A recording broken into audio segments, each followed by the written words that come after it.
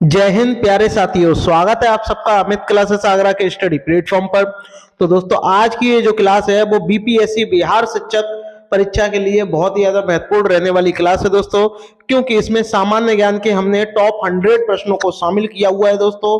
और ये टॉप 100 प्रश्न दोस्तों, ये बिहार की जो है परीक्षा भी आने वाली है, इसके लिए बहुत ही ज्यादा महत्वपूर्ण रहने वाले प्रश्न हैं। तो जितने भी मेरे भाई बहन लाइव देख रहे हैं या चैनल पर पहली बार विजिट कर रहे हैं, वो चैनल को शेयर और सब्सक्राइब जरूर करें। तो चलिएगा मेरे भाई बहनों, स्टार्ट करते हैं। इस प्रश्न में आपसे क्या बोला है, बहुत ही बढ़िया प्रश्न है। प्रधानमंत्री नरेंद्र मोदी द्वारा वैश्विक पहल life style for environment movement को लॉन्च किया गया। अब आपको बताना है कि ये जो लॉन्च है ये कब किया गया था। आपको पता है एनवायरमेंट है यानी पर्यावरण है, तो पर्यावरण वाले दिवस ही के दिन ही लॉन्च किया गया होगा। 1 जून, 5 जून, 1 जुलाई या 5 जुलाई। तो आपका राइट आंसर क्या हो जाएगा, बी हो जाएगा, यानी 5 जून को ये लॉन्च किया गया। 5 जून को ही क्या है, विश्व पर्यावरण दिवस मनाया जाता है। 5 जून को ही क्या, विश्व पर्यावरण दिवस मनाया जाता है दोस्तों। तो चलिएगा दोस्तों, आगे बढ़ते हैं, बात करते हैं प्रश्न नंबर 2 की। देखिएगा आपसे इसमें क्या बोला है, बहुत ही बढ़िया प्रश्न है। शूटर सौरभ चौधरी ने ISSF वर्ल्ड कप में कौन सा पदक जीता है, बताइएगा। क्या स्वर्ण पदक जीता है, कांस्य पदक जीता है, रजत पदक जीता है, या ये सभी पदक जीते हैं, तो बताइएगा। देखिए, जो सौरभ चौधरी हैं, जो शूटर हैं, इन्होंने कौन सा पदक जीता है, स्वर्ण पदक जीता है। तो आपका राइट आंसर क्या हो जाएगा दोस्तों, ए हो जाएगा। शूटर और सा, आप इस तरीके से इसको मैचिंग करके भी ध्यान में रख सकते हो। ठीक है दोस्तों, चलिएगा आगे बढ़ते हैं, बात करते हैं प्रश्न नंबर 2 की। बहुत ही बढ़िया प्रश्न है। मतदाताओं को जागरूक करने के लिए होने वाली प्रतियोगिता में प्रथम पुरस्कार कितने रुपए का रखा गया है, बताइएगा। यानी मतदाताओं जो होते हैं, जो वोट कर डालने जाते हैं, उनको जागरूक करने के लिए एक प्रतियोगिता है, और उस प्रतियोगिता में जो प्रथम पुरस्कार है वो कितने रुपए का रखा गया है, ये आपको कमेंट करके मुझे बताना है। बताइए, 50,000 का, 1 लाख का, 1.5 लाख का, या 2 लाख का। तो आपका राइट आंसर क्या हो जाएगा, 2 लाख हो जाएगा। ठीक है दोस्तों, ये मोस्ट इंपॉर्टेंट प्रश्न है। चलिएगा आगे बढ़ते हैं, बात करते हैं प्रश्न नंबर 4 की। पोंगल त्योहार 14 जनवरी को मनाया जाता है, ठीक है। अब पोंगल जो है 14 जनवरी को मनाया जाता है, और 14 जनवरी को क्या होता है, मकर संक्रांति होता है, जो कि उत्तर भारत के लोग मनाते हैं। जबकि बात करें पोंगल की, और गल गल कब करते हैं हम, जब किसी से मिलते हैं जब भी तो गल करते हैं, मिलते हैं जब भी तो गल करेंगे। तो मिलना किस में आ रहा है, आप बोलोगे सर मिलना इसमें आ रहा है, तो आप ध्यान रख लोगे, तुरंत किस में लगा दोगे, ये आपका ऑप्शन डी हो जाएगा। क्यों, क्योंकि ये क्या है, ये दक्षिण भारत का त्यौहार है, लेकिन जब उत्तर भारत की बात करते हैं तो इसको मकर संक्रांति बोलते हैं। पंजाब में इसे लोहड़ी भी कहते हैं। ठीक है दोस्तों, चलिएगा दोस्तों आगे बढ़ते हैं। इस ट्रिक से आप ध्यान रखिएगा, पोंगल और गल कब करते हैं, जब किसी से मिलते हैं। तो आपका तमिलनाडु का जो त्यौहार है, जो 14 जनवरी को मनाया जाता है, वो आपका क्या है, पोंगल है। चलिएगा दोस्तों आगे बढ़ते हैं, बात करते हैं प्रश्न नंबर 5 की। गणतंत्र दिवस पर परेड 2022 की सर्वश्रेष्ठ झांकी के रूप में किसे चुना गया, बताइएगा। क्या उत्तराखंड को चुना गया, उत्तर प्रदेश को, बिहार को, या हरियाणा को। कमेंट करके मुझे बताइएगा किसे चुना गया, बताइएगा। कमेंट करिएगा सभी भाई बहन एक बार, किसे चुना गया, किसको चुना गया था, उत्तर प्रदेश को चुना गया था। तो आपका राइट आंसर क्या हो जाएगा, जो आपका बी है वो करेक्ट हो जाएगा। बात करते हैं दोस्तों प्रश्न नंबर 6 की। भारत की नई विदेशी व्यापार नीति कब से लागू हुई, बताइएगा। भारत की जो विदेशी नीति है वो कब से लागू की गई। भारत में कोई भी योजना आती है, वो कब से, योजना तो नहीं कह सकते, कोई भी नीति है वो कब से लागू होती है, बताइएगा। और व्यापार से संबंधित होती है वो देखिएगा, हमारा जो वित्त वर्ष है वो कब खत्म होता है, आपका 31 मार्च को खत्म होता है। और नया स्टार्ट कब से होता है, आपका 1 अप्रैल से होता है। तो ये जाहिर है कि 1 अप्रैल से हुई होगी, तो आप तुरंत लगा दोगे 1 अप्रैल 2021 से ये स्टार्ट हुई थी। ठीक है दोस्तों, चलिएगा आगे बढ़ते हैं, बात करते हैं प्रश्न नंबर 7। बहुत ही बढ़िया प्रश्न है। किन स्टेशनों के बीच दिव्य काशी यात्रा, किन स्टेशनों के बीच में दिव्य काशी यात्रा ट्रेन चलाई जा रही है, बताइएगा। किन 2 स्टेशनों के बीच में ये दिव्य काशी यात्रा जो ट्रेन है वो चलाई जा रही है, तो कमेंट करके मुझे बताइएगा कौन से 2 स्टेशनों के बीच चलाई जा रही है। देखिए, मैं आपको बता दूं, दिव्य दी से क्या बना लो आप, दिल्ली, क्या बना लो, दिल्ली। और काशी कहाँ है आपका, वाराणसी में है, वाराणसी में है। तो आप ऐसे ध्यान रख सकते हो कि भाई आपका क्या हो जाएगा, दिल्ली वाराणसी, दी काशी। तो आप तुरंत लगा लोगे, ऑप्शन जो आपका बी है वो करेक्ट हो जाएगा। इस ऐसी ट्रिक से आप ध्यान रख सकते हो, बहुत ही महत्वपूर्ण ट्रिक है ये। तो चलिएगा दोस्तों आगे बढ़ते हैं, इसका राइट आंसर क्या हो जाएगा, जो आपका ऑप्शन नंबर जो बी है वो करेक्ट हो जाएगा। चलिएगा दोस्तों आगे बढ़ते हैं, बात करते हैं प्रश्न नंबर 8 की। भारत सरकार ने पराक्रम दिवस मनाने की घोषणा की, बताइएगा। पराक्रम दिवस मनाने की घोषणा की है और वो कब की है, यानी पराक्रम दिवस कब मनाया जाता है ये आप बताइए। क्या 21 जनवरी को, 22 जनवरी को, 23 जनवरी को या 24 जनवरी को? तो जो पराक्रम दिवस है दोस्तों, ये आपका 23 जनवरी को मनाने की घोषणा की है। हर साल हम 23 जनवरी को पराक्रम दिवस मनाते हैं। चलिएगा दोस्तों आगे बढ़ते हैं, बात करते हैं प्रश्न नंबर 9 की। बहुत ही बढ़िया प्रश्न है, कमेंट करके मुझे इसका आंसर जरूर दें आप लोग, कमेंट करिएगा इसका आंसर, बताइएगा इसका राइट आंसर क्या होगा। किस राज्य सरकार ने प्रशिक्षु प्रोत्साहन योजना शुरू की, बताइएगा। बताइएगा किसने शुरू की प्रशिक्षु प्रोत्साहन योजना, किसने शुरू की? क्या मध्य प्रदेश ने की, राजस्थान ने की, गुजरात ने की या उत्तर प्रदेश ने की? तो कमेंट करके मुझे इसका राइट आंसर बताइएगा।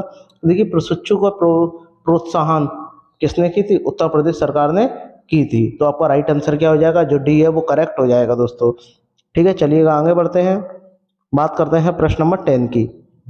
देखिएगा इसमें आपसे बोला Indian personality of the year जो पुरस्कार है वो किसे सम्मानित किया गया है, बताइएगा। Indian personality of the year जो पुरस्कार है वो किसे दिया गया है? तो कमेंट करके मुझे बताइएगा किसको दिया गया है। विश्वजीत चटर्जी को दिया गया है, कमेंट करके मुझे बताइएगा। आमिर खान को दिया गया है, विराट कोहली को दिया गया है या प्रियंका चोपड़ा को दिया गया है? तो आपका राइट आंसर क्या हो जाएगा, विश्वजीत चटर्जी को दिया गया है।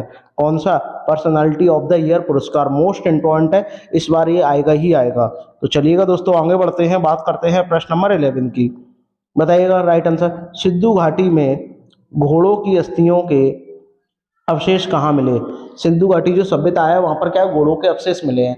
अब वो किस जगह मिले हैं ये आपको बताना है, बताइए। बनमाली में मिले हैं, चंदूदड़ो में मिले हैं, सुतका गेंडोर में मिले हैं या सुरकोटदा में मिले हैं? तो कमेंट करके मुझे बताइएगा कि कहाँ मिले हैं। चलो सभी भाई बहन कमेंट जरूर करें। तो आपका राइट आंसर क्या हो जाएगा, सुरकोटदा में मिले हैं, ये आपको ध्यान में रखना है। यानी जो आपका ऑप्शन जो डी है वो करेक्ट हो जाएगा। ठीक है दोस्तों, इस तरीके से आप ध्यान रखिएगा। कैसे ध्यान रखोगे मैं आपको बता दूं, घोड़े की अस्थियां, ठीक है, कहाँ मिली हैं, सुरकोटदा में, सुरकोटदा में मिली हैं। ठीक है, तो आपको ये ध्यान में रखना है इस तरीके से। इसको हा बना लेना, दा को हा बना लेना, और अस्थि को क्या डी भी बोलते हैं, तो दा का हा आप इस तरीके से ध्यान में रख सकते हो। तो चलिएगा आगे बढ़ते हैं, बात करते हैं प्रश्न नंबर 12 की। बौद्ध धर्म से संबंध अर्धगोलाकार अन्योष्टि संबंधी टीले को क्या कहते हैं, बताइएगा। क्या स्तूप कहते हैं, तोरण कहते हैं, विहार कहते हैं, दुकंग कहते हैं? बताइएगा कमेंट करके कि इसका राइट आंसर क्या होगा। बताइए। अर्धगोलाकार अन्योष्टि जो टीला होता है उसको क्या बोलते हैं, स्तूप कहते हैं। तो आपका राइट आंसर क्या हो जाएगा, ए जो है वो करेक्ट हो जाएगा दोस्तों। चलिएगा आगे बढ़ते हैं, बात करते हैं प्रश्न नंबर 13 की। कादम्बरी के लेखक कौन है, बताइएगा। कौन है इसके लेखक? क्या कालिदास है, कौटिल्य है, हर्ष है या बाण है? बताइएगा कौन इसके लेखक है, कमेंट करके मुझे बताइएगा। देखिए कालिदास जो है वो किसके लेखक है, शाकुंतला, शाकुंतलम जो है अभिज्ञान शाकुंतलम जो पुस्तक है उसके लेखक है। लेकिन इसके लेखक कौन है, इसके लेखक बाण भट्ट हैं। कौन है, बाण। तो आपको इतना ध्यान में रखना है दोस्तों। चलिएगा आगे बढ़ते हैं, बात करते हैं प्रश्न नंबर 14 की। लौह एवं रक्त की नीति, लौह एवं रक्त की नीति किस शासक ने अपनाई, बताइएगा। किस शासक ने अपनाई थी? बलबन ने, अलाउद्दीन खिलजी ने, मोहम्मद बिन तुगलक ने या बाबर ने? बताइएगा, कमेंट करके मुझे बताइएगा कि किसने अपनाई थी लौ और रक्त की नीति। देखिए बात करते हैं बाबर की, तो बाबर ने तो ज़्यादा शासन किया ही नहीं था, 4-5 साल शासन किया था, तो इसने तो कोई नीति ही नहीं दी थी। तो ये तो वैसी कट हो गया, ये तो वैसी कट हो गया। तो आपका राइट आंसर क्या हो जाएगा, बलबन हो जाएगा। इसने क्या दी थी, लौह और रक्त की नीति दी थी। ये आपको ध्यान में रखना है, मोस्ट इंपॉर्टेंट प्रश्न है दोस्तों ये। ठीक है, चलिएगा। हाँ आप ऐसे भी ध्यान रख सकते हो। देखिए लौह, लौह का मतलब क्या होता है, लोहा, और लोहा, और लोहे में सबसे ज़्यादा ताकत होती है। और ताकत कब होती है, जिसमें बल होता है, उसी में तो ज़्यादा ताकत होगी। तो आप इस तरीके से इसको मैच करके भी ध्यान रख सकते हो। ठीक है दोस्तों, चलिएगा आगे बढ़ते हैं। आई होप आपको वीडियो अच्छी लग रही होगी। अगर अच्छी लग रही हो तो सभी भाई बहन एक बार लाइक शेयर सब्सक्राइब जरूर करें। चलिएगा दोस्तों, बात करते हैं प्रश्न नंबर 15 की। निम्नलिखित में से 15 वाला प्रश्न है, देखिएगा इसमें आपसे क्या बोला है, निम्नलिखित में से किस राजा के शासन काल के दौरान चीनी यात्री हेन सांग भारत आया था? बताइएगा, ये बहुत ज़्यादा पूछे जाने वाला प्रश्न है। बताइएगा किसके शासन काल में हेन सांग जो चीनी यात्री है यानी जो चाइना से आया था, वो किसके शासनकाल में आया था, ये आपको कमेंट करके मुझे बताना है। तो बताइएगा किसके शासनकाल में ये भारत आया था? बताइए क्या अशोक के, चंद्रगुप्त मौर्य के, प्रभाकर वर्धन के या हर्षवर्धन के? तो देखिए मैं आपको बता दूं, हेन सांग किसके शासनकाल में आया था? हर्षवर्धन। तो देखो इसमें भी हार है, इसमें भी हार है, तो तुरंत आप इसकी मैचिंग कर लेते हो। जो चीनी यात्री है वो कहाँ से आया था? हेन सांग जो है हर्षवर्धन के शासनकाल में आया था। तो आपका ऑप्शन जो आपका इसका बी है वो करेक्ट हो जाएगा। हेन सांग आप ऐसे ध्यान रख सकते हो, हाँ और ये हाँ, ठीक है। तो आपका ऑप्शन जो बी है वो करेक्ट हो जाएगा। चलिएगा हाँ दोस्तों आगे बढ़ते हैं, बात करते हैं प्रश्न नंबर 16 की। 1872 ईस्वी में भारत के वायसराय लॉर्ड मेयो की हत्या की गई। बताइएगा कहाँ की गई थी? कि द्वीप में की थी, दिल्ली में की थी, कोलकाता में या पोर्ट ब्लेयर में? तो कमेंट करके मुझे बताइएगा कि इसकी हत्या कहाँ की गई थी। तो इसकी हत्या कहाँ की गई थी? पोर्ट ब्लेयर में की गई थी। तो आपका ऑप्शन जो आपका डी है वो करेक्ट हो जाएगा दोस्तों। बात करते हैं प्रश्न नंबर 17 की। देखिएगा इसमें आपसे बोला महात्मा गांधी ने किसे अपना राजनैतिक गुरु बनाया था? बताइएगा जो महात्मा गांधी जो थे उन्होंने अपना एक गुरु बनाया था, और गुरु कौन था वो आपको बताना है। बताइए राजनीतिक गुरु, क्या बाल गंगाधर तिलक थे, गोपाल कृष्ण गोखले थे, दादा भाई नौरोजी थे, या बी आर अम्बेडकर थे? कमेंट करके मुझे बताइएगा कि किसे माना था। तो मैं आपको बता दूं राजनीतिक गुरु, गुरु और गुरु में क्या आ रहा है? गा आ रहा है, तो गा से आपने तुरंत लगा दिया गोपाल। तो गोपाल कृष्ण गोखले जो हैं ये महात्मा गांधी के इन्होंने गुरु थे, ठीक है। तो आपका ऑप्शन जो आपका बी है वो करेक्ट हो जाएगा दोस्तों।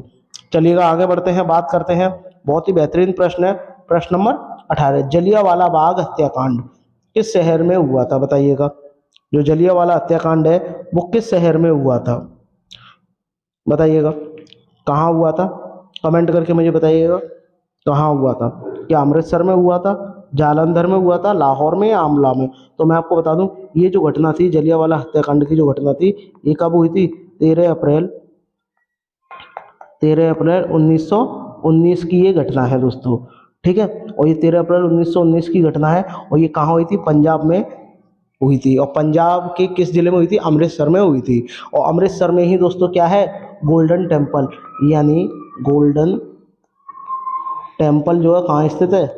ये भी आपका अमृतसर में स्थित है। तो ये आपको ध्यान में रखना है दोस्तों। इससे मिला के एक दो प्रश्न बन जाते हैं, तो ज़्यादा से ज़्यादा भाई बहन शेयर जरूर करें इसे।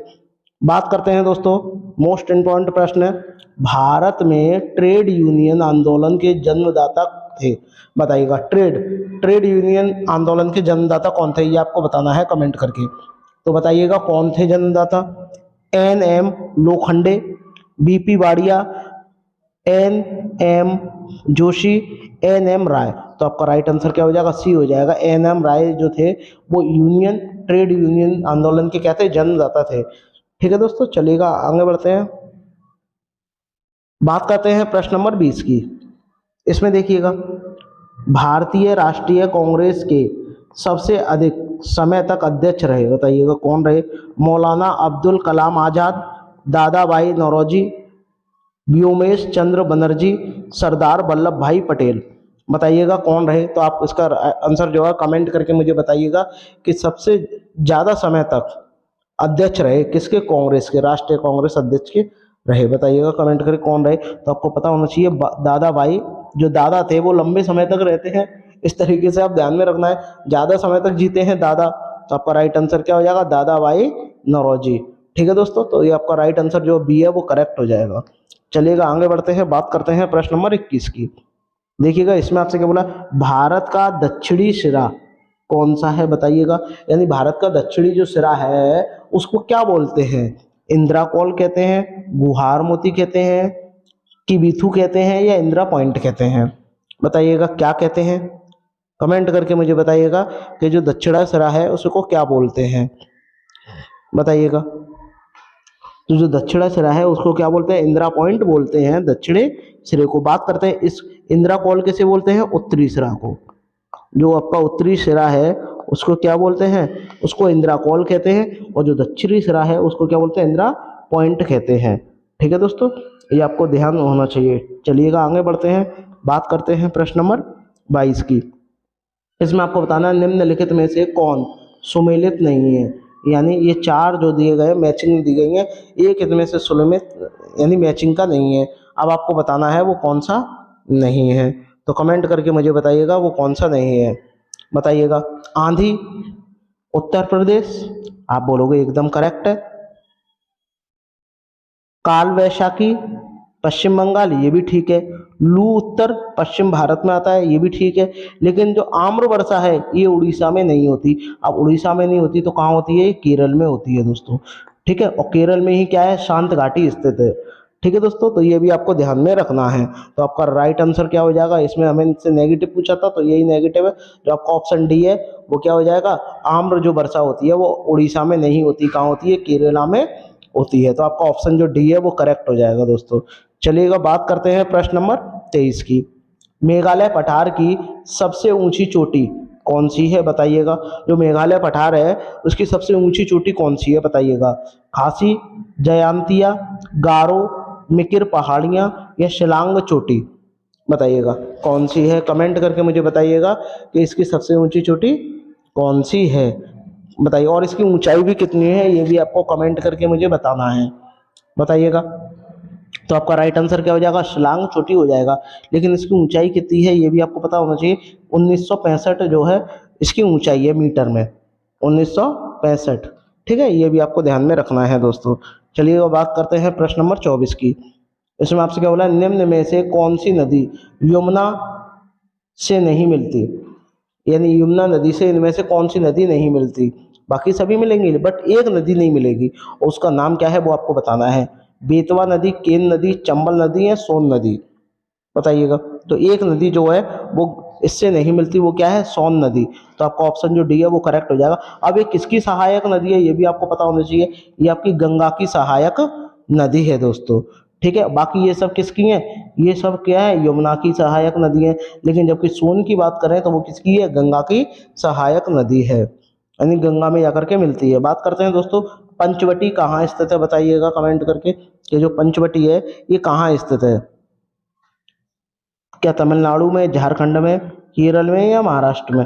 तो मैं आपको बता दूं ये महाराष्ट्र में स्थित है, और महाराष्ट्र के एक जिला है जिसका नाम क्या है, नासिक। नासिक में स्थित है दोस्तों, ये भी आपको पता होना चाहिए। ठीक है, गोदावरी नदी के किनारे पर ये स्थित है। ठीक है, ये भी आपको पता होना चाहिए। चलिएगा आगे बढ़ते हैं, बात करते हैं प्रश्न नंबर 26 की। निम्नलिखित में से कौन सा शब्द किस्तों में ऋण के भुगतान की कमी या भुगतान को संदर्भित करता है, बताइएगा। यानी दोबारा मैं पढ़ के बता दे रहा हूं, निम्नलिखित में से कौन सा शब्द किस्तों में ऋण के भुगतान की कमी, भुगतान में कमी आई है, भुगतान को संदर्भित करता है, बताइए। क्रेडिट क्रेशियन, ठीक है, एमोर्टाइजेशन, ठीक है, डिस्काउंटेड कैश फ्लो या वैक्यूडेशन, बताइएगा कमेंट करके इनमें से कौन सा है। तो मैं आपको बता दूं इसका राइट आंसर क्या हो जाएगा, जो आपका ऑप्शन जो आपका डी है वो करेक्ट हो जाएगा। ठीक है, डिस्काउंट देना तो इसका मतलब क्या है, भुगतान में कमी आएगी। जब कोई हमें डिस्काउंट देता है तो उसकी भुगतान में कमी आती है। तो आपका राइट आंसर क्या हो जाएगा, जो डी है वो करेक्ट हो जाएगा। बात करते हैं दोस्तों प्रश्न नंबर 27 की।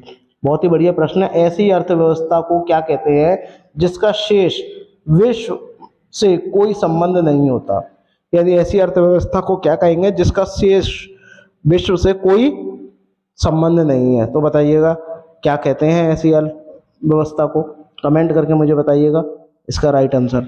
कमेंट करिएगा जल्द से जल्द कि इसको क्या कहते हैं, कमेंट करके मुझे बताइएगा। मुक्त अर्थव्यवस्था, मिश्रित अर्थव्यवस्था, समाजवादी अर्थव्यवस्था या समृद्ध या बंद अर्थव्यवस्था। जब बंद ही होगी तो उसको क्या कहेंगे, तो आपका ऑप्शन जो आपका डी है वो करेक्ट हो जाएगा दोस्तों। चलिएगा आगे बढ़ते हैं, बात करते हैं प्रश्न नंबर 28 की। पैमाने का प्रतिफल क्या है, बताइएगा। जो पैमाना होता है उसका प्रतिफल क्या है। अल्पकालिक परिघटना, दीर्घकालीन परिघटना, शाश्वत यानी कालातीत परिघटना, दिशा रहित परिघटना। तो जो आपको मैं बता दूं पैमाने का जो प्रतिफल है वो क्या है, दीर्घकालीन परिघटना है। तो आपका ऑप्शन जो आपका बी है वो करेक्ट हो जाएगा। बात करते हैं दोस्तों प्रश्न नंबर 29 की। देखिएगा बहुत ही बढ़िया प्रश्न है। प्रश्न नंबर 29, लगान किसके लिए किया गया उत्पादन यानी कारक भुगतान है, बताइएगा। भवन के लिए, भूमि के लिए, फैक्ट्री के लिए या रेस्तरां के लिए, बताइएगा किसके लिए लिए जाने वाला ये उत्पादक यानी कारक है। कमेंट करके मुझे बताइएगा इसका राइट आंसर। तो देखिए जो लगान होता है वो हमेशा भूमि के लिए ही लिया जाता है, आपने नाम भी सुना होगा लगान, ठीक है। तो आपका ऑप्शन जो आपका बी है वो करेक्ट हो जाएगा। बात करते हैं दोस्तों प्रश्न नंबर 30 की। इसमें क्या कहा गया, निम्नलिखित में से किस अर्थशास्त्री को अर्थशास्त्र का जनक माना जाता है, बताइएगा। इनमें से किसे अर्थशास्त्र का जनक माना जाता है, रिकार्डो, माल्थस, रॉबिन्स या एडम स्मिथ। देखिए जो एडम स्मिथ है वो क्या है, अर्थशास्त्र के पिता हैं यानी जनक हैं। तो आपका ऑप्शन जो आपका बी है वो करेक्ट हो जाएगा दोस्तों। बात करते हैं प्रश्न नंबर 31 की। इसमें क्या बोला गया है, बहुत ही बढ़िया प्रश्न है। 124वां संशोधन विधेयक 2019 किससे संबंधित है, बताइएगा। 124वां संशोधन विधेयक 2019 में हुआ था, ये किससे संबंधित है। ट्रिपल तलाक से यानी 3 तलाक से संबंधित है, आर्थिक आरक्षण से संबंधित है, जीएसटी या एयर इंडिया का निजीकरण, बताइएगा। तो मैं आपको बता दूं जो 124वां है वो किससे संबंधित है। 124 क्या है, एक धनराशि है, और धनराशि किससे संबंधित है, आर्थिक आरक्षण से संबंधित है। ये भी आपको पता होना चाहिए। तो आपका ऑप्शन जो आपका बी है वो करेक्ट हो जाएगा दोस्तों। चलिएगा दोस्तों आगे बढ़ते हैं। बात करते हैं प्रश्न नंबर 32 की। बहुत ही बढ़िया प्रश्न है। नव सृजित उच्च न्यायालय है, बताइएगा। नव सृजित उच्च न्यायालय है, बताइएगा कहाँ है ये। मेघालय, असम, नागालैंड, मेघालय, मणिपुर, त्रिपुरा, मिजोरम, मेघालय, त्रिपुरा, मणिपुर, मेघालय, अरुणाचल प्रदेश। कमेंट करके मुझे बताइएगा इसका राइट आंसर क्या होगा। और इसकी जो स्थापना थी, इसका गठन था, वो कब हुआ था ये भी आपको बताना है, ठीक है। बताइएगा इसका जो गठन है मैं आपको बता दूं ये कब हुआ था, 2013 में हुआ था। बट इनमें से कौन सा राइट आंसर है ये आपको कमेंट करके मुझे बताना है। तो आपका क्या हो जाएगा, बी हो जाएगा, मेघालय, मणिपुर, त्रिपुरा, ठीक है। तो आपका राइट आंसर क्या हो जाएगा, जो आपका बी है वो करेक्ट हो जाएगा। चलिएगा दोस्तों आगे बढ़ते हैं। बात करते हैं प्रश्न नंबर 33 की। बहुत ही बढ़िया प्रश्न है, देख कमेंट करके मुझे इसका आंसर जरूर बताइएगा। कमेंट करके मुझे इसका आंसर जरूर बताइएगा। देखिएगा इसमें आपसे क्या बोला है, इसमें आपसे बोला है ग्राम सभा में कौन शामिल है, बताइएगा। कमेंट करके मुझे बताइएगा ग्राम सभा में कौन शामिल है। गांव विशेष में रहने वाले सभी व्यक्ति, वे सभी व्यक्ति जिनके नाम गांव विशेष में पंचायत के लिए मतदाता सूची में दर्ज है, गांव विशेष के सभी वयस्क पुरुष, सभी साक्षर व्यक्ति, बताइएगा इनमें कौन शामिल है, ये आपको बताना है। ग्राम सभा में कौन कौन शामिल है। तो आपका प्रश्न नंबर 33 है, ये आपको बताना है। देखिए गांव में वे व्यक्ति शामिल होंगे जिनके नाम गांव विशेष में पंचायत के लिए मतदाता सूची में दर्ज होंगे। तो आपका ऑप्शन जो बी है वो वैसे ही करेक्ट हो गया। चलिएगा दोस्तों आगे बढ़ते हैं। बात करते हैं प्रश्न नंबर 34 की। इसमें आपसे बोला है लोकसभा में मतदान करते समय टाई स्थित डैश वोट डालने का अधिकार होता है, बताइएगा। क्या प्रधानमंत्री को होता है, स्पीकर को होता है, राष्ट्रपति को या उपराष्ट्रपति को। कमेंट करके मुझे बताइएगा कैसे होता है और ये किस अनुच्छेद से होता है, ये भी आपको बताना है, बताइएगा। तो मैं आपको बता दूं ये 100वें अनुच्छेद से होता है दोस्तों, ठीक है। और ये कैसे होता है, स्पीकर को होता है। तो आपका राइट आंसर क्या हो जाएगा, जो बी है वो करेक्ट हो जाएगा। बात करते हैं दोस्तों प्रश्न नंबर 35 की। कौन सा मौलिक अधिकार अल्पसंख्यकों के हितों के संरक्षण की बात करता है, बताइए। शिक्षा का अधिकार, शोषण के विरुद्ध अधिकार, संवैधानिक उपचारों का अधिकार, सांस्कृतिक एवं शैक्षिक अधिकार, बताइएगा। इसमें आपको पता है जो मौलिक अधिकार है वो अल्पसंख्यकों के हितों के आरक्षण के लिए करता है। तो आप मुझे कमेंट करके मुझे बताइएगा कि आपका राइट आंसर क्या होगा। तो मैं आपको बता दूं जो अल्पसंख्यक होते हैं वो हमेशा किसके, सांस्कृतिक एवं शैक्षिक अधिकार की बात करते हैं, ठीक है। तो आपका राइट आंसर क्या हो जाएगा, डी हो जाएगा दोस्तों। बात करते हैं प्रश्न नंबर 36 की। मिथाइल प्रोपेन निम्नलिखित में से किसका एक समवयव है, बताइएगा, जिसमें मिथाइल प्रोपेन होता है, बताइएगा कमेंट करके। क्या एन ब्यूटेन होता है, एन प्रोपेन, एन हेक्सेन या एन पेंटेन, बताइएगा किसका होता है, कमेंट करके मुझे बताइएगा। देखिए मैं आपको बता दूं, मिथाइल प्रोपेन 4 कार्बन श्रृंखला के एन ब्यूटेन का संभावी है। तो एन ब्यूटेन कहाँ है, जो आपका ऑप्शन ए है वो करेक्ट हो जाएगा। ठीक है दोस्तों, चलिएगा आगे बढ़ते हैं, बात करते हैं प्रश्न नंबर 37 की। इसमें बोला श्रृंखलन का गुण है, बताइए में प्रबल होता है, बताइएगा कार्बन होता है, सल्फर होता है, सिलिकॉन होता है या नाइट्रोजन होता है, कमेंट करके मुझे बताइएगा कौन होता है। देखिएगा श्रृंखला यानी जिससे श्रृंखला बनती है, तो हम श्रृंखला किसकी बनाते हैं, कार्बन की बनाते हैं। ठीक है, कार्बन की वैलेंसी कितनी होती है, 4 होती है, ये भी आपको पता होना चाहिए, आपने हाई स्कूल में और 12th में सीखा होगा केमिस्ट्री में। बात करते हैं दोस्तों प्रश्न नंबर 38 की। किस गैस को उसकी ठोस अवस्था में शुष्क बर्फ भी कहा जाता है, बताइएगा कौन सी गैस को कहा जाता है उसकी ठोस अवस्था में शुष्क बर्फ भी कहा जाता है, कार्बन डाइऑक्साइड, हाइड्रोजन, ऑक्सीजन या नाइट्रोजन, बताइएगा कमेंट करके किसे कहा जाता है। तो आपका राइट आंसर क्या हो जाएगा, कार्बन डाइऑक्साइड। और कार्बन डाइऑक्साइड क्या होता है, CO2 होता है दोस्तों। तो आपका राइट आंसर क्या हो जाएगा, जो आपका ए है वो करेक्ट हो जाएगा। बात करते हैं दोस्तों प्रश्न नंबर 39 की। निम्न में से कौन सा तत्व एक उपधातु है, बताइएगा बताइएगा कमेंट करके। टिन है, फास्फोरस है, बिस्मिथ है या सिलिकॉन है, बताइएगा कमेंट करके मुझे बताइएगा कि कौन सा है। तो आपका क्या हो जाएगा, सिलिकॉन हो जाएगा। और सिलिकॉन का दोस्तों सूत्र क्या होता है, SI होता है, ये भी आपको पता होना चाहिए। बात करते हैं दोस्तों प्रश्न नंबर 40 की।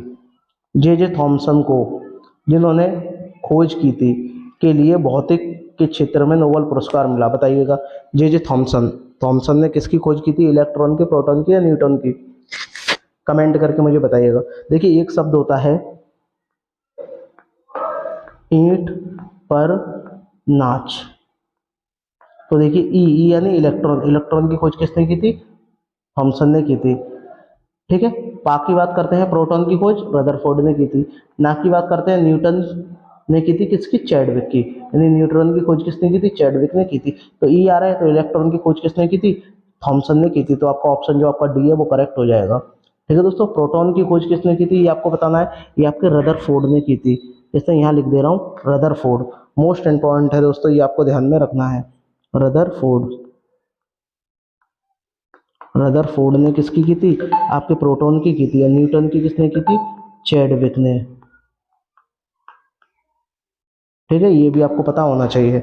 और इसकी तो आपने किसने की थी, थॉमसन ने की थी। तो आपका राइट आंसर क्या हो जाएगा, आपका ऑप्शन जो डी है वो करेक्ट हो जाएगा। बात करते हैं प्रश्न नंबर 41 की। निम्नलिखित में से किस स्थान पर वोडेयार राजवंश का शासक था, बताइएगा कमेंट करके मुझे बताइएगा आपका राइट आंसर क्या होगा। गुवाहाटी, जबलपुर, पटना या मैसूर, बताइएगा। वोडेयार राजवंश का शासन था, बताइएगा कहाँ था, कमेंट करके मुझे बताइएगा कहाँ था। आपका राइट आंसर क्या हो जाएगा, मैसूर हो जाएगा। ठीक है, ऑप्शन जो आपका डी है वो करेक्ट हो जाएगा दोस्तों। चलिएगा दोस्तों आगे बढ़ते हैं, बात करते हैं प्रश्न नंबर 42 की। किस देश ने वस्तु एवं सेवा कर सबसे पहले लागू किया था, बताइएगा। वस्तु एवं सेवा कर, जिसे GST कहते हैं। ठीक है, बताइएगा। और ये भारत में कब लागू हुई थी, ये लागू हुई थी 1 जुलाई 2017 को ये लागू हुई थी। ठीक है दोस्तों, किस संविधान संशोधन से, 101वें संविधान संशोधन से ये लागू हुई थी। ठीक है दोस्तों, ये भी आपको पता होना चाहिए। लेकिन ये सबसे पहले किस देश में लागू हुई थी, ये आपको कमेंट करके मुझे बताना है। तो बताइएगा, क्या फ्रांस में हुई थी, USA, कनाडा या जर्मनी, कमेंट करके मुझे बताइएगा कि आपका राइट आंसर क्या हो जाएगा, बताइएगा। तो आपका राइट आंसर क्या हो जाएगा, ए हो जाएगा। सबसे पहले ये फ्रांस में लागू हुई थी। और भारत में कब लागू हुई थी, 1 जुलाई 2017 को लागू हुई थी। और किस संविधान संशोधन से लागू हुई थी, 101वें संविधान संशोधन से लागू हुई थी। बात करते हैं दोस्तों प्रश्न नंबर 43 की। डैश, यहाँ कुछ आएगा, फेसबुक के संस्थापक हैं, बताइएगा। सब जानते हैं मार्क जुकरबर्ग हैं, ऑप्शन जो सी है वो करेक्ट हो जाएगा। ठीक है दोस्तों, चलिएगा आगे बढ़ते हैं, बात करते हैं प्रश्न नंबर 44 की। दोराबाजी टाटा द्वारा Tata iron and steel company, जिसको टिस्को कहते हैं, इसकी स्थापना किस वर्ष हुई, ये आपको बताना है।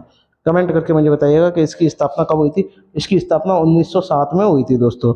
ठीक है दोस्तों, चलिएगा दोस्तों आगे बढ़ते हैं। और ये कहाँ स्थित थी, झारखंड में, झारखंड में स्थित है। चलिएगा आगे बढ़ते हैं, बात करते हैं प्रश्न नंबर 45 की। इसमें क्या बोला, निम्नलिखित में से किस पदार्थ का उड़ीसा की बदम पहाड़ कहानों में खनन किया जा रहा है? बताइएगा कमेंट करके आपका राइट आंसर क्या होगा। तो आपको मैं बता दूं किसका किया जा रहा है, हेमेटाइट का किया जा रहा है, जो आपका ऑप्शन जो सी है वो करेक्ट हो जाएगा। बात करते हैं दोस्तों प्रश्न नंबर 46 की। मलीमत समिति की रिपोर्ट निम्नलिखित में से किससे संबंधित है? बताइए, शेयर बाजार सुधारक से, न्यायिक विलंब से, आपराधिक न्याय प्रणाली से, या कपड़ा क्षेत्र से? बताइएगा, कपड़ा क्षेत्र सुधार से। बताइएगा किससे संबंधित है, कमेंट करके मुझे बताइएगा। और ये कब आई थी? ये सन 2000 में आई थी, ठीक है, ये भी आपको पता होना चाहिए। और ये किससे संबंधित है? आपका आपराधिक न्याय प्रणाली से संबंधित है। चलिएगा आगे बढ़ते हैं, बात करते हैं प्रश्न नंबर 47 की। मोस्ट इंपॉर्टेंट प्रश्न है, देखिएगा इसमें आपसे क्या बोला है। इसमें बोला है ओलंपिक काउंसिल ऑफ एशिया यानी OCA ने 2018 में हटाए जाने के बाद में हांगजो चीन में आयोजित होने वाली एशियाई खेल 2022 में फिर से शुरू करने का फैसला किया। किसने किया था, ये आपको कमेंट करके मुझे बताना है। क्रिकेट को किया था, यानी जो आपका ऑप्शन जो आपका सी है बी है वो करेक्ट हो जाएगा दोस्तों। बात करते हैं प्रश्न नंबर 48 की। खेल नृत्य रूप थोड़ा का संबंध किस राज्य से है? बताइए, आंध्र प्रदेश से, सिक्किम से, हरियाणा से, या हिमाचल प्रदेश से? तो आपका राइट आंसर क्या हो जाएगा, हिमाचल प्रदेश हो जाएगा। हिमाचल प्रदेश में ही आपकी रोहतांग सुरंग है, रोहतांग सुरंग है, जिसे अटल टनल भी कहते हैं दोस्तों। बात करते हैं प्रश्न नंबर 49 की। बहुत ही बढ़िया प्रश्न है, देखिएगा इसमें आपसे क्या बोला गया है। इसमें आपसे बोला गया है, पहले हम प्रश्न को पढ़ेंगे तब उसके बाद में उसका आंसर देंगे। देखिएगा पहले प्रश्न को पढ़िएगा, बहुत ही बढ़िया प्रश्न है। बुरी आत्माओं को भगाने के लिए बौद्धों द्वारा किया जाने वाला एक नृत्य हिमाचल प्रदेश के नृत्यों में से एक है, वो आपको बताना है। अभी आपके ऑप्शन दिए गए हैं, बताइएगा कौन सा है इनमें से, कमेंट करके। क्या गोगरा है, नाट्य है, छम है, या धाम है? बताइएगा कमेंट करके मुझे कि कौन सा है। तो आपका राइट आंसर क्या हो जाएगा, नाट्य हो जाएगा, यानी जो आपका ऑप्शन जो आपका बी है वो करेक्ट हो जाएगा दोस्तों। चलिएगा दोस्तों आगे बढ़ते हैं, बात करते हैं दोस्तों प्रश्न नंबर 50 की। देखिएगा इसमें आपसे क्या बोला गया है, बहुत ही बढ़िया प्रश्न है। पुदुचेरी में पहली महिला पुलिस महानिर्देशक कौन थी? क्या किरण बेदी थी, अश्वथी तांग थी, कंचन चौधरी थी, या सुंदरी नंदा थी? तो आपका राइट आंसर क्या हो जाएगा, कंचन चौधरी हो जाएगा। ठीक है दोस्तों, चलिएगा आगे। इसमें आपसे क्या कहा गया है, एशिया का सबसे लंबा व्यक्ति कौन है? बताइएगा, एशिया का सबसे लंबा व्यक्ति कौन है, ये आपको कमेंट करके मुझे बताना है। 4 आपको ऑप्शन दिए गए हैं। पहला है अवधेश नारंग, दिलकश सिंह, धर्मेंद्र प्रताप सिंह, और नीतीश राणा। तो मैं आपको बता दूं एशिया का सबसे लंबा व्यक्ति कौन है, धर्मेंद्र प्रताप सिंह। तो आपका ऑप्शन जो आपका सी है वो करेक्ट हो जाएगा दोस्तों। चलिएगा आगे बढ़ते हैं, बात करते हैं प्रश्न नंबर 2 की। देखिएगा इसमें आपसे क्या बोला है, लखनऊ फ्रेंचाइज जी ने IPL के लिए अपनी टीम का क्या नाम रखा है, ये आपको बताना है।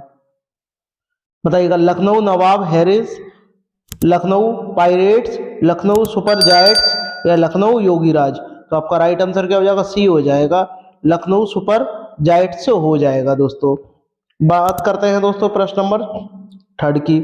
विश्व वन्य जीव दिवस कब मनाया जाता है? बताइएगा, क्या 1 मार्च को मनाया जाता है, क्या 2 मार्च को, 3 मार्च को, या 4 मार्च को? तो बताइएगा। बात करते हैं दोस्तों विश्व वन्य जीव दिवस की, ये आपका 3 मार्च को मनाया जाता है दोस्तों। अब आपको कमेंट करके ये बताना है कि 22 मार्च को कौन सा दिवस मनाया जाता है। कमेंट करके मुझे बताइएगा कि 22 मार्च को कौन सा दिवस मनाया जाता है। बात करते हैं दोस्तों प्रश्न नंबर 4 की, जो कि मोस्ट इंपॉर्टेंट प्रश्न है दोस्तों। भारत की पहली पैरा बैडमिंटन अकेडमी कहाँ स्थापित की गई? बताइएगा, भारत की पहली, भारत में क्या है वो पहली वो है अकादमी है, और ये पैरा बैडमिंटन की है, और ये कहाँ स्थापित की गई है ये आपको बताना है। क्या देहरादून में, भोपाल में, गुरुग्राम में, या लखनऊ में? तो आपका राइट आंसर क्या हो जाएगा, लखनऊ हो जाएगा। लखनऊ यूपी में स्थित है, ठीक है, और उत्तर प्रदेश की राजधानी भी लखनऊ है। बात करते हैं दोस्तों प्रश्न नंबर 5 की। किस राज्य के मैनपुरी का सैनिक स्कूल अब जनरल बिपिन रावत के नाम से जाना जाएगा? बताइएगा। किस राज्य के मैनपुरी का एक सैनिक स्कूल है जो अब क्या है, जनरल विपिन रावत के नाम से जाना जाएगा, वो आपको बताना है। बताइएगा। उत्तराखंड, उत्तर प्रदेश, बिहार या हिमाचल प्रदेश? तो कमेंट करके मुझे बताइएगा। तो आपको पता है कि मैनपुरी कहाँ है आपका? आपका उत्तर प्रदेश में है, तो आप तुरंत टिक लगा दोगे, कहाँ है? उत्तर प्रदेश। तो आपका ऑप्शन जो सी है वो करेक्ट हो जाएगा दोस्तों। चलिएगा आगे बढ़ते हैं। बात करते हैं प्रश्न नंबर 6 की। प्रधानमंत्री ने उत्तर प्रदेश के किस शहर में मेजर ध्यानचंद विश्वविद्यालय की आधारशिला रखी है या रखी थी? बताइएगा। प्रधानमंत्री नरेंद्र मोदी ने उत्तर प्रदेश के एक शहर में मेजर ध्यानचंद विश्वविद्यालय की आधारशिला रखी है। अब आपको बताना है कि वो आधारशिला कहाँ रखी है। क्या आगरा में रखी है, लखनऊ में, मेरठ में या वाराणसी में? कमेंट करके मुझे बताइएगा कहाँ रखी है। तो आपका राइट आंसर क्या हो जाएगा? मेरठ हो जाएगा, यानी ऑप्शन जो आपका बी है वो करेक्ट हो जाएगा दोस्तों। बात करते हैं दोस्तों प्रश्न नंबर 7 की, जो कि मोस्ट इंपॉर्टेंट है। प्रधानमंत्री आवास योजना ग्रामीण को अब आगे बढ़ा दिया गया है। बताइएगा कब तक आगे बढ़ा दिया गया है? मार्च 2022 तक आगे बढ़ाया है, मार्च 2023 तक आगे बढ़ाया है, मार्च 2024 तक या मार्च 2025 तक? आपको पता है कि ये दोनों तो आउट हो चुके हैं, निकल चुकी हैं, तो आपका क्या हो जाएगा? सी हो जाएगा, यानी जो आपका सी है जो है वो करेक्ट आंसर हो जाएगा दोस्तों। चलिएगा दोस्तों आगे बढ़ते हैं। आई होप आपको वीडियो अच्छी लग रही होगी। अगर अच्छी लग रही हो तो सभी भाई बहन एक बार लाइक शेयर सब्सक्राइब जरूर करिएगा। बात करते हैं दोस्तों प्रश्न नंबर 8 की। किस राज्य में कुल पंजीकरण ईवीएस सबसे ज्यादा है? बताइएगा। क्या उत्तर प्रदेश में है, कर्नाटक में है, दिल्ली में है या हरियाणा में है? कमेंट करके मुझे बताइएगा कि आपका राइट आंसर क्या हो जाएगा। तो आपका राइट आंसर क्या हो जाएगा? हरियाणा हो जाएगा दोस्तों। और हरियाणा की राजधानी क्या है? चंडीगढ़। ठीक है दोस्तों। बात करते हैं दोस्तों प्रश्न नंबर 9 की, जो कि मोस्ट इंपॉर्टेंट प्रश्न है। देखिएगा इसमें आपसे क्या बोला है, झांसी रेलवे स्टेशन का नाम बदलकर अब क्या रखा गया है? बताइएगा। झांसी जो है ये आपका यूपी में स्थित है, और यूपी में स्थित एक शहर है। अब झांसी में इसका जो रेलवे स्टेशन है उसका नाम बदलकर क्या रखा गया है, ये आपको बताना है।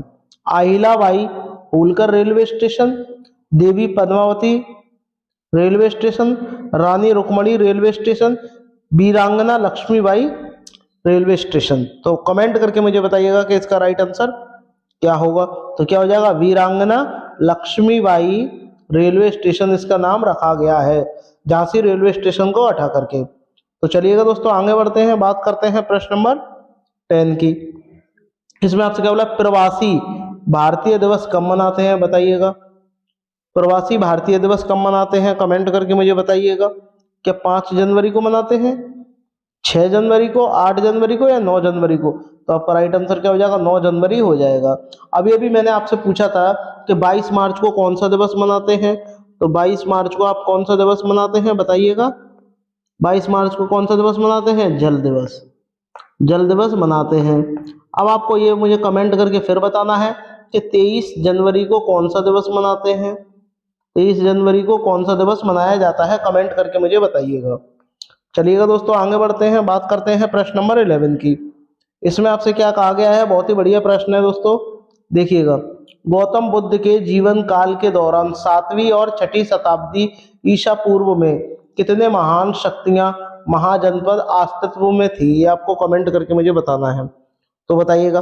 तो दोस्तों मैं आपको बता दूं कि जो गौतम बुद्ध थे, गौतम जो ग्रंथ यानी जो बुद्ध ग्रंथ के अंगुत्तर निकाय से 16 महाजनपदों का प्रमाण मिलता है। कितने महाजनपदों का मिलता है प्रमाण?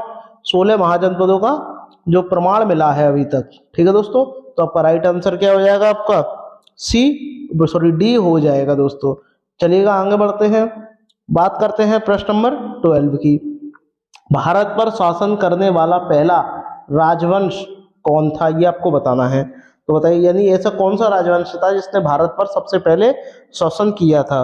तो ये आपको कमेंट करके मुझे बताना है कि किसने किया था। कमेंट करके मुझे बताइएगा। आपका ऑप्शन क्या होगा? बताइएगा। खिलजी वंश, गुलाम वंश, लोधी वंश या आपका तुगलक वंश? तो आपका राइट आंसर क्या हो जाएगा, गुलाम वंश हो जाएगा।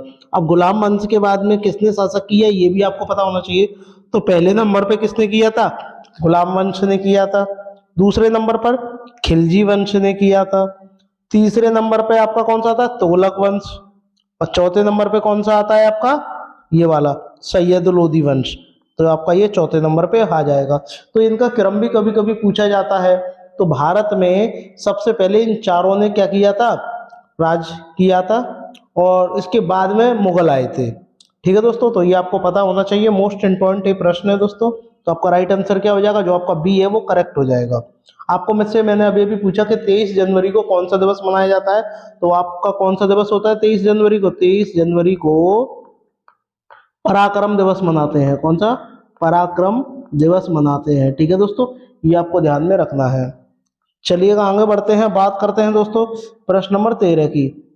देखिएगा इसमें आपसे क्या कहा गया है, निम्नलिखित में से मोहम्मद गौरी का गुलाम कौन था, वह अपने स्वामी की मृत्यु के पश्चात शासक बना और गुलाम वंश की नींव रखी। बताइएगा, मोहम्मद बिन गौरी का गुलाम था, उसी ने ही क्या किया था, गुलाम वंश की स्थापना की थी, यानी नींव रखी। तो आपको बताना है कि इनमें से वह कौन है। तो कमेंट करके मुझे बताइएगा कौन है, कुतुबुद्दीन ऐबक, नासिरुद्दीन महमूद, इल्तुतमिश या गयासुद्दीन बलबन।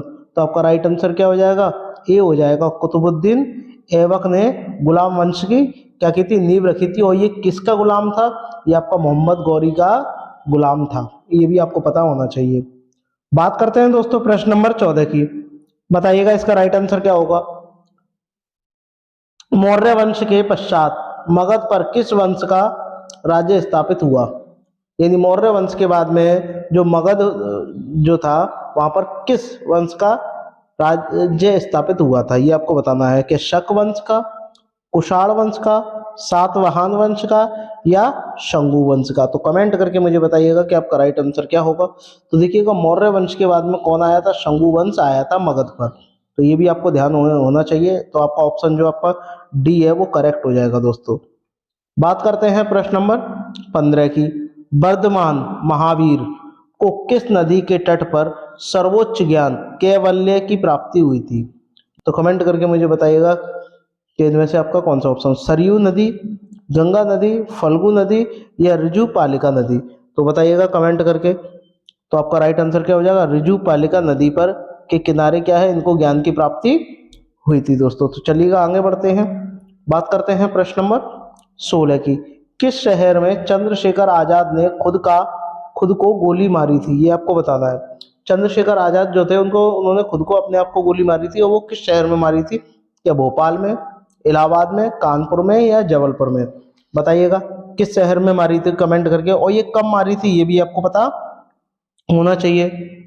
ये आपको मारी थी कहाँ, इलाहाबाद में इन्होंने अपने आप को गोली मारी थी। बट ये कब मारी गई थी, ये आपको मारी थी 27 फरवरी 1931 को।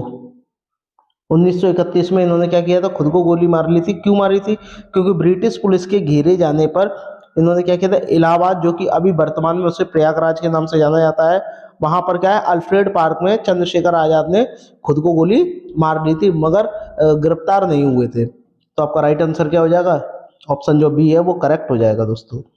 बात करते हैं दोस्तों यहाँ प्रश्न नंबर 17 की।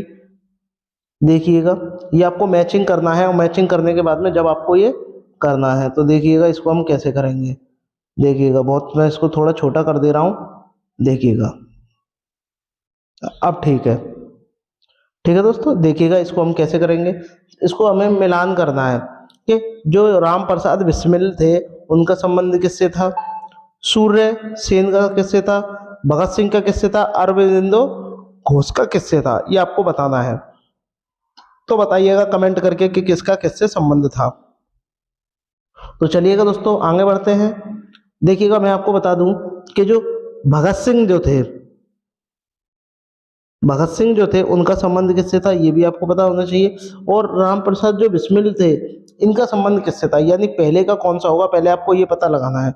तो मैं आपको बता दूं कि राम प्रसाद जो बिस्मिल थे उनका संबंध किससे था, काकोरी षड्यंत्र से था। कैसे था दोस्तों?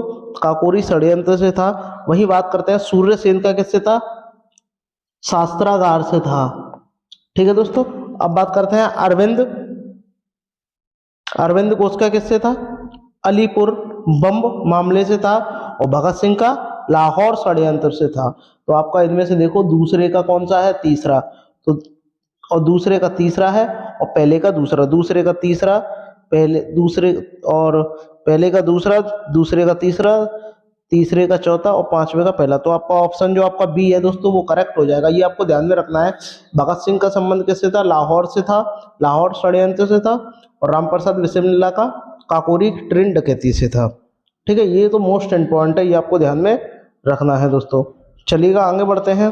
बात करते हैं दोस्तों प्रश्न नंबर 18 की। देखिएगा इसमें आपको क्या कहा गया है। देखिए इसमें आपसे कहा गया बनारस हिंदू विश्वविद्यालय की स्थापना निम्नलिखित में से किसने की थी? बताइएगा। यानी जो बनारस में हिंदू विश्वविद्यालय है इसकी जो स्थापना है ये किसने की थी, ये आपको बताना है। तो कमेंट करके मुझे बताइएगा किसने की थी इसकी स्थापना और किस वर्ष हुई थी, बताइएगा। रविन्द्रनाथ टैगोर ने, गणेश शंकर विद्यार्थी, गोविंद वल्लभ पंत या मदन मोहन मालवीय। तो मैं आपको बता दूं इसकी स्थापना किसने की थी? मदन मोहन मालवीय ने की थी दोस्तों। और ये कब की गई थी? 1916 में इसकी स्थापना की गई थी। चलिएगा दोस्तों आगे बढ़ते हैं। बात करते हैं प्रश्न नंबर 19 की। प्रसिद्ध गीत सारे जहां से अच्छा हिंदोस्ता हमारा के रचनाकार कौन है, ये आपको बताना है।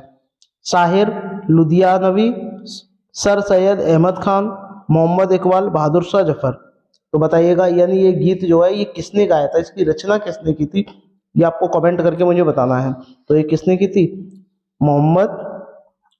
मोहम्मद इकबाल ने की थी। तो आपका ऑप्शन जो सी है दोस्तों वो करेक्ट हो जाएगा।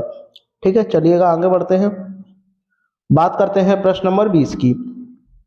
16 अगस्त 1946 को 16 अगस्त 1946 को प्रत्यक्ष कार्यवाही दिवस मनाया गया।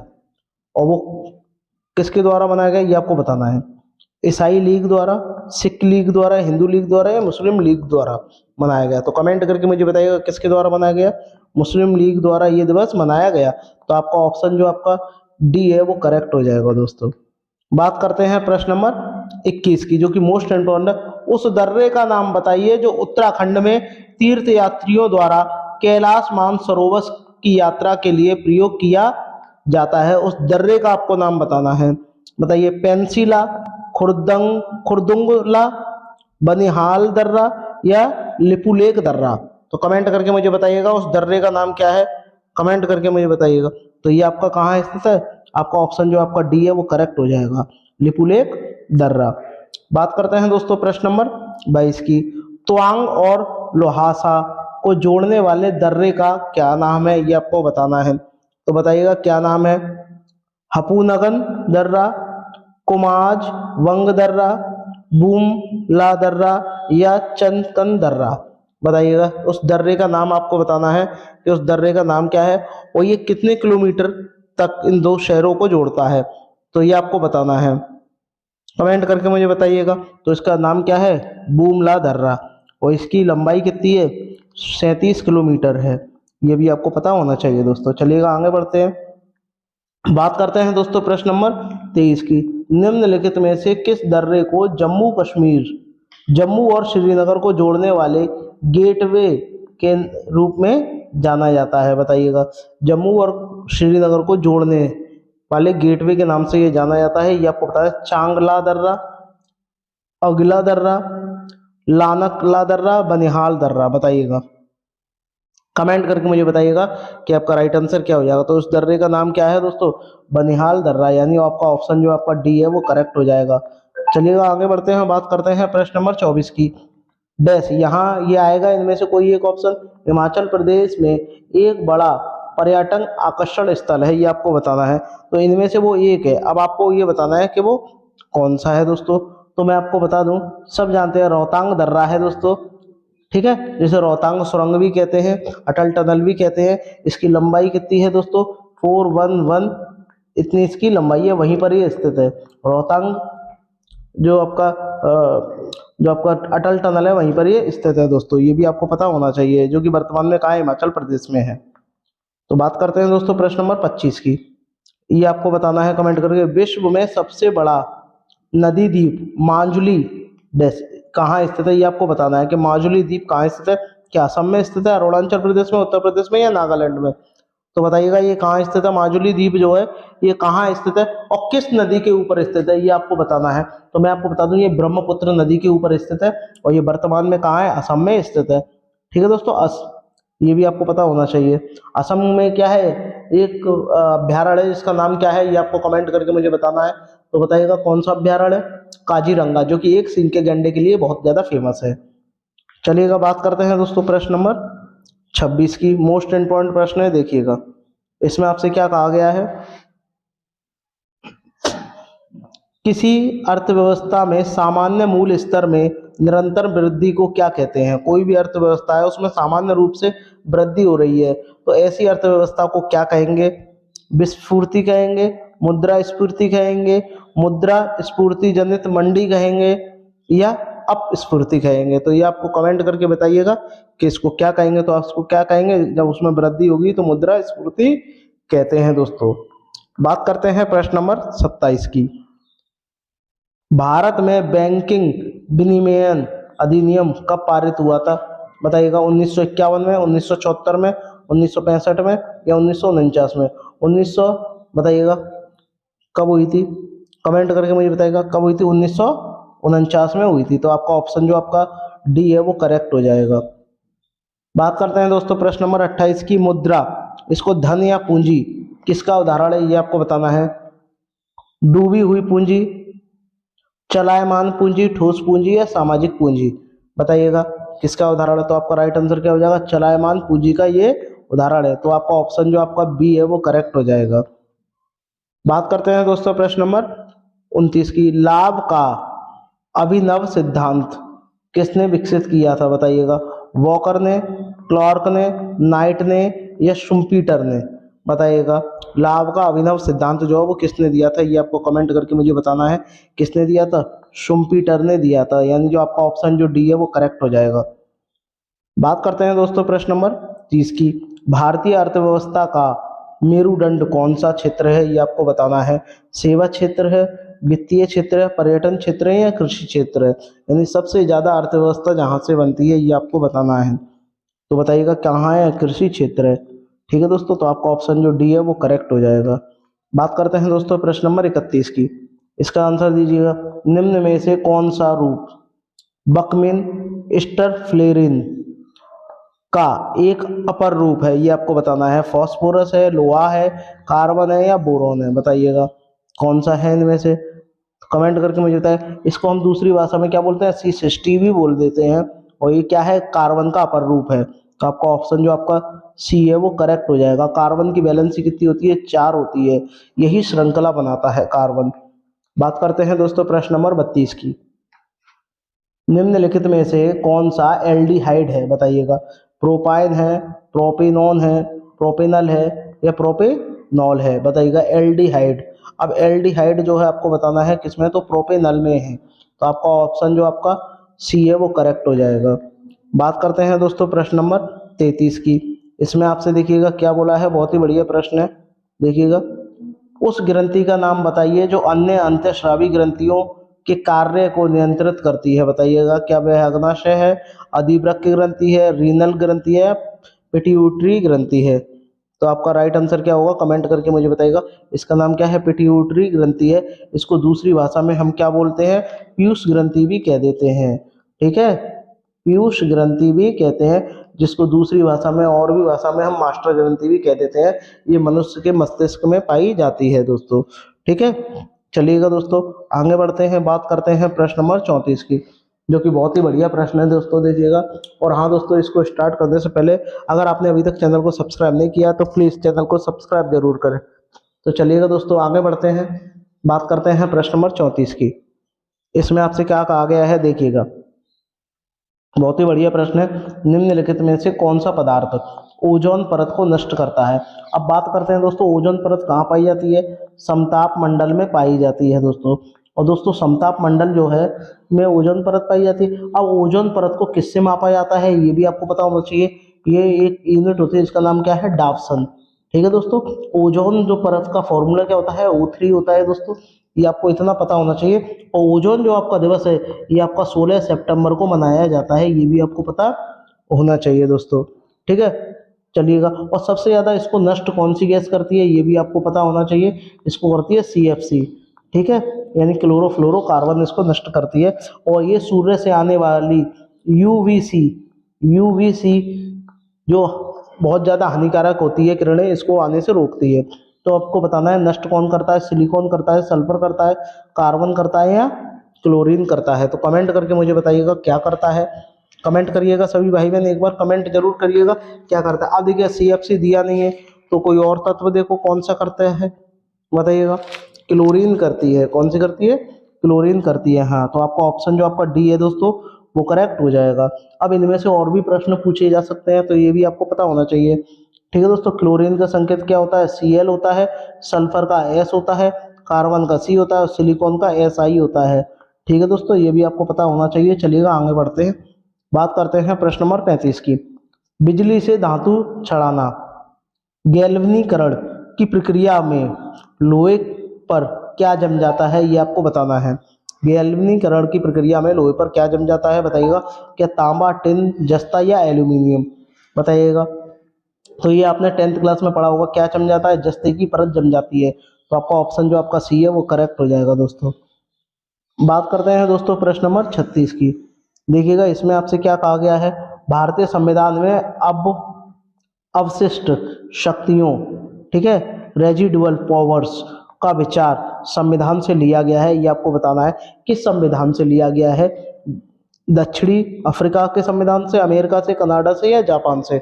तो कमेंट करके मुझे बताइएगा। और ये किस अनुच्छेद में आता है बताइएगा, ये भी आपको बताना है। तो मैं आपको बता दूं ये अनुच्छेद 80 में आता है दोस्तों, अनुच्छेद 80 का भाग है। और ये किस देश से लिया गया है ये भी आपको बताना है। तो कमेंट करके मुझे बताइएगा किस देश से लिया गया है। ये आपका ऑप्शन जो C है वो इससे यहाँ से लिया गया है, यानी कनाडा से लिया गया है। चलिएगा दोस्तों आगे बढ़ते हैं, बात करते हैं प्रश्न नंबर 37 की। प्रत्येक 2 वर्ष बाद राज्यसभा के कितने सदस्यगण सेवा नेतृत्व हो जाते हैं, ये आपको बताना है। कितने वर्ष बाद हो जाते हैं बताइएगा।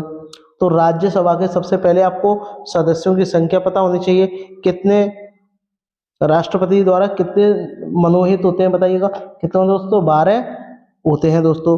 और इसका जो राष्ट्रपति के जो सदस्य होता है इसका कार्यकाल कितना होता है, 6 वर्ष होता है, ये भी आपको पता होना चाहिए दोस्तों, 6 वर्ष होता है। तो आपको ये बताना है कि इनमें से कौन सा हो जाएगा। तो मैं आपको बता दूं इसका जो ऑप्शन जो आपका C है वो करेक्ट हो जाएगा, यानी 1/4 भाग कम हो जाता है। यानी इसका 1/4 जब आप निकालोगे, 1/3 भाग कम हो जाता है, 1/3 जब आप निकालेंगे तो 4 उसमें रह जाएंगे। ठीक है दोस्तों, बात करते हैं प्रश्न नंबर 38 की। निम्नलिखित में से किस लोकसभा अध्यक्ष का कार्यकाल सर्वाधिक रहा है बताइएगा। लोकसभा अध्यक्ष का कार्यकाल सर्वाधिक रहा है, ये आपको बताना है। डॉक्टर GS ढिल्लर, मीरा कुमार, बलराम झाकड़ या हुकुम सिंह, बताइएगा कमेंट करके कि इनका कार्यकाल कितना रहा है। सबसे अधिक आपको बताना है, सर्वाधिक किसका रहा है। तो कमेंट करके मुझे बताइएगा किसका रहा है सर्वाधिक कार्यकाल। हाँ, ऑप्शन जो आपका C है वो करेक्ट हो जाएगा, डॉक्टर बलराम झाकड़ का सबसे ज़्यादा कार्यकाल रहा है। चलिएगा दोस्तों बात करते हैं प्रश्न नंबर 39 की। शून्य काल का अर्थ है बताइएगा कमेंट करके, शून्य काल का क्या अर्थ है, कमेंट करके मुझे बताइएगा। तो मैं आपको बता दूं शून्य काल का क्या अर्थ है। शून्य काल में संसद सदस्य द्वारा बिना किसी पूर्व सूचना के किसी महत्वपूर्ण विषय पर प्रश्न पूछा जाता है। प्रश्न पूछने की अनुमति एवं क्रम का निर्णय अध्यक्ष द्वारा किया जाता है। तो यानी मैंने क्या बोला है अभी, यानी संसद सदस्य द्वारा बिना किसी पूर्व सूचना के, यानी हमें कोई सूचना दी है नहीं दी है फिर भी क्या है, प्रश्न पूछा जाता है, इसे ही क्या बोलते हैं, शून्यकाल कहा जाता है। तो इसका राइट आंसर क्या होगा इनमें से, ये आपको बताना है। जब कोई अति महत्वपूर्ण विषय पर चर्चा हो, जब प्रश्न पूछेंगे तो चर्चा ही होगी, तो आपका ऑप्शन जो क्या हो जाएगा, जो B है वो करेक्ट हो जाएगा। चलिएगा आगे बढ़ते हैं, बात करते हैं प्रश्न नंबर 40 की। राज्यसभा का सदस्य बनने के लिए न्यूनतम आयु कितनी होनी चाहिए बताइएगा। 21 वर्ष, 25 वर्ष या 30 या 35। तो मैं आपको बता दूं, राज्यसभा का सदस्य बनने के लिए न्यूनतम आयु कितनी होनी चाहिए? 30 वर्ष होनी चाहिए। बात करते हैं दोस्तों प्रश्न नंबर, देखिएगा बहुत ही बढ़िया प्रश्न है। इसमें आपसे क्या कहा गया है? प्रश्न number 41, cricket world cup the Indian challenge पुस्तक के लेखक कौन है, ये आपको बताना है। हर्षा भोसले, संजय मांजरेकर, नरोत्तम पुरी या आशीष रे, बताइएगा कौन है इसके लेखक। तो आपका राइट आंसर क्या हो जाएगा? आशीष रे जो है इसका राइट आंसर हो जाएगा दोस्तों। चलिएगा आगे बढ़ते हैं, बात करते हैं प्रश्न नंबर 42 की। इसमें आपसे क्या बोला? भारत की सबसे बड़ी झील वेम्बनाड झील देश के किस राज्य में स्थित है, ये आपको बताना है। भारत में है, लेकिन भारत के किस राज्य में स्थित है ये भी आपको बताना है। क्या केरल में है, कर्नाटक में है, तमिलनाडु में या आंध्र प्रदेश में है? तो आपका राइट आंसर क्या हो जाएगा? केरल हो जाएगा। और केरल में ही आपकी क्या है? शांत घाटी स्थित है। बात करते हैं दोस्तों तमिलनाडु की।